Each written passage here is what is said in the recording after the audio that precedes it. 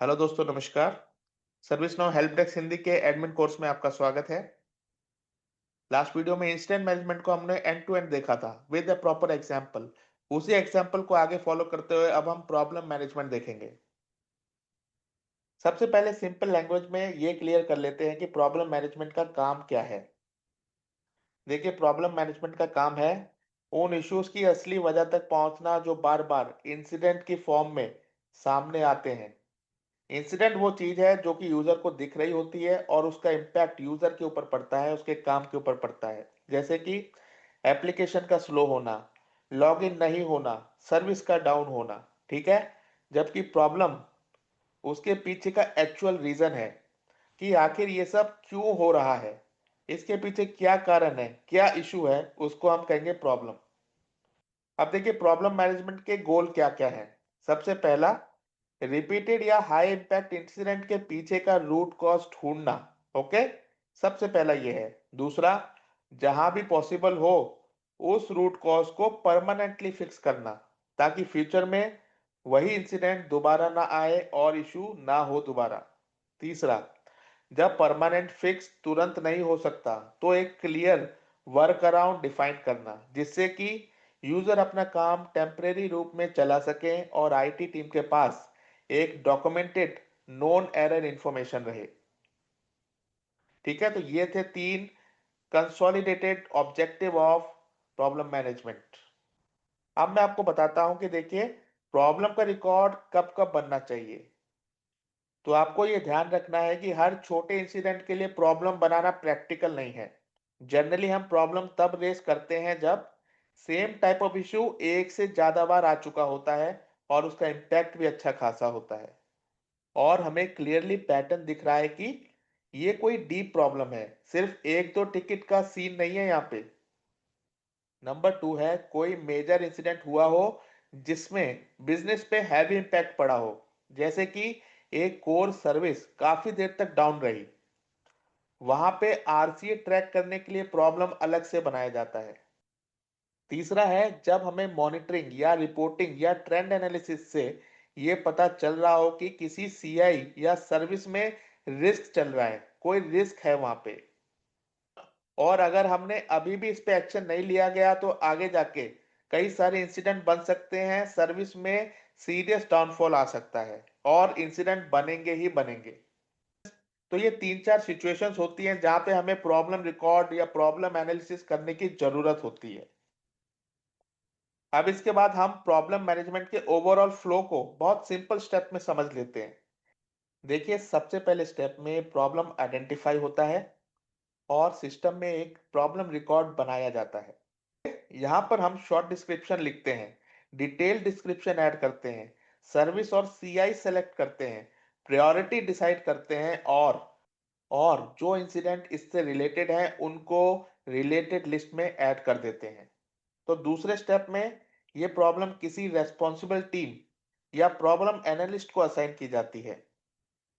वो लोग इस पे थोड़ा असेसमेंट करते हैं कि एक्चुअल इम्पैक्ट कितना है, इस प्रॉब्लम का स्कोप क्या है और फ्यूचर में और कौन-कौन से लोगों को, कौन-कौन सी टीम्स को इस एनालिसिस में इंक्लूड करना है। ठीक है? तो ये हो गया असेसमेंट फेज। तो इस फेज के बाद आता है तीसरा फेज जिसको हम इन्वेस्टिगेशन फेज कहते हैं। यहाँ पर सब्जेक्ट मैटर एक्सपर्ट्स यानी एसएमईज इंसिडेंट्स देखते हैं, लॉग्स देखते हैं, रीसेंट चेंजेस चेक करते हैं, सीएमडीबी से सीआई और सर्विस का स्ट्रक्चर समझते हैं और धीरे धीरे वो एफर्ट करते हैं कि रूट कॉज तक पहुंचा जाए। जिसके साथ भी इंटरेक्ट करना होता है वो उसको रीच आउट करते हैं, उससे इंफॉर्मेशन लेते हैं और ये एनालिसिस चलता रहता है। जब फाइनली उनको क्लियर आइडिया मिल जाता है कि प्रॉब्लम कहां पर है, तब वो जाकर प्रॉब्लम रिकॉर्ड में रूट कॉज को प्रॉपर लैंग्वेज में लिख देते हैं। देखिए, इन्वेस्टिगेशन तो चल ही रही है, इन्वेस्टिगेशन के साथ साथ एक और चीज चलती है और वो है वर्क अराउंड। अगर उन्हें कोई ऐसा प्रैक्टिकल स्टेप मिलता है जिससे यूजर टेम्परेरी काम चला सकता है, तो वह वर्क अराउंड प्रॉब्लम में डॉक्यूमेंट कर देते हैं। चलते चलते अगर कॉज और वर्क अराउंड दोनों क्लियर हो जाते हैं तो इसको एक नोन एरर मान लिया जाता है। मतलब इशू नोन है, और अब सपोर्ट टीम के पास एक टेस्टेड वर्कअराउंड भी अवेलेबल है फॉर दिस इशू। लेकिन कुछ ऐसी प्रॉब्लम्स भी होती हैं जिनके लिए परमानेंट फिक्स मिल जाता है। तो देखिए, परमानेंट फिक्स यूजुअली चेंज के थ्रू आता है, यानी कॉन्फ़िगरेशन, कोड या इंफ्रास्ट्रक्चर में एक कंट्रोल तरीके से कुछ अपडेट किया जाता है, कुछ चेंज किया जाता है। और यहीं पे एंट्री होती है चेंज मैनेजमेंट की। इसके डिटेल हम चेंज मैनेजमेंट वीडियो में अलग से समझेंगे। यहाँ पे बस इतना समझना है कि प्रॉब्लम परमानेंट फिक्स की डायरेक्शन पॉइंट करता है, और वो होता है चेंज मैनेजमेंट के थ्रू। अब देखिए, जब फिक्स परमानेंटली अप्लाई हो चुका होता है, उस प्रॉब्लम की कुछ टाइम मॉनिटरिंग की जाती है कि सिमिलर इंसिडेंट दोबारा तो नहीं आ रहे। इसके बाद जो भी लिंक्ड इंसिडेंट्स हैं उनको हैंडल किया जाता है, और ये सब होने के बाद प्रॉब्लम को रिजॉल्व और क्लोज्ड स्टेट में ले जाया जाता है। इसके बाद प्रॉब्लम का काम खत्म हो जाता है, और फ्यूचर में ये रिकॉर्ड जो कि बना है प्रॉब्लम का, इसको रिपोर्टिंग, लर्निंग या फिर फ्यूचर रेफरेंसेस के लिए काम लिया जाता है। आपको एक बात का ध्यान रखना है कि प्रॉब्लम मैनेजमेंट अकेले नहीं चलता।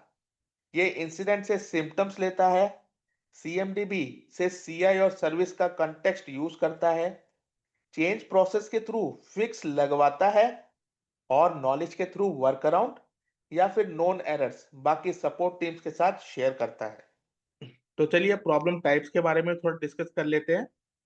देखिए, दो टाइप की प्रॉब्लम्स होती हैं, रिएक्टिव और प्रोएक्टिव। सबसे पहले रिएक्टिव से देखते हैं। ये सबसे कॉमन सिनेरियो है। इस केस में पहले इंसिडेंट आते हैं, सर्विस डेस्क उनको हैंडल करता है, वर्कअराउंड देता है, क्विक फिक्स हो सके तो वो भी देते हैं। कुछ दिनों बाद प्रॉब्लम एनालिस्ट या फिर एसएमई इंसिडेंट डेटा को देखते हैं, और उनके पैटर्न दिखाता है कि एक टाइप का इशू बार बार हो रहा है, same CI, same service, similar symptoms. तब वो डिसाइड करते हैं कि अब इस पैटर्न को ट्रैक करना है, और एक प्रॉपर प्रॉब्लम रिकॉर्ड बना के इसको इन्वेस्टिगेट करना है। और इसी तरह से पूरा इन्वेस्टिगेशन चलता है, पूरा लाइफ साइकिल चलता है, और फाइनली प्रॉब्लम क्लोज होती है। दूसरा टाइप है प्रोएक्टिव प्रॉब्लम। यहाँ पे माइंडसेट थोड़ा डिफरेंट है। यहाँ हम वेट नहीं करते कि यूजर पहले कंप्लेन करे।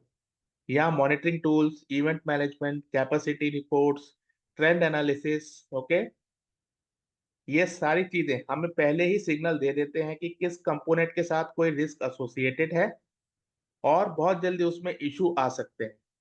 जैसे कि एक क्रिटिकल एप्लीकेशन सर्वर की डिस्क हमेशा 85 टू 95% की रेंज में चल रही है। अभी तक कोई इंसिडेंट नहीं आया, लेकिन आपको क्लियरली दिख रहा है कि अगर कुछ नहीं किया गया तो स्टोरेज फुल होने पर एप्लीकेशन क्रैश हो जाएगी या फिर आउटेज हो सकता है, क्योंकि एप्लीकेशन नहीं चलेगी तो ऑब्वियसली प्रॉब्लम्स आएंगी। तो ऐसे केसेस में प्रोएक्टिवली प्रॉब्लम रिकॉर्ड को बनाया जाता है, और उस पे एप्रोप्रिएट एक्शन लिया जाता है, और फाइनली रूट कॉज ढूंढ के सॉल्यूशन अप्लाई किया जाता है। तो ये थे दो टाइप के प्रॉब्लम्स। यहाँ पे देखिए, इंस्टेंस में ये पूरी की पूरी प्रॉब्लम एप्लीकेशन है।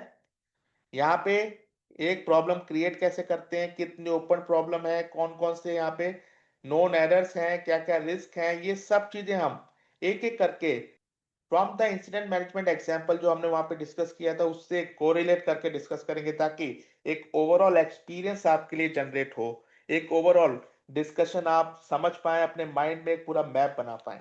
ठीक है। इसके साथ साथ और भी बेसिक चीजें यहाँ पे हैं, जैसे प्रॉब्लम मॉडल्स क्या होते हैं, प्रॉब्लम टास्क क्या होते हैं, ये सब चीजें एक एक करके मैं आपको बताऊंगा।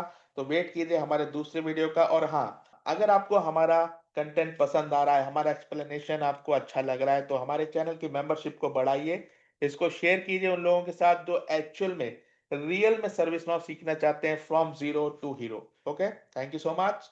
सी यू इन नेक्स्ट वीडियो।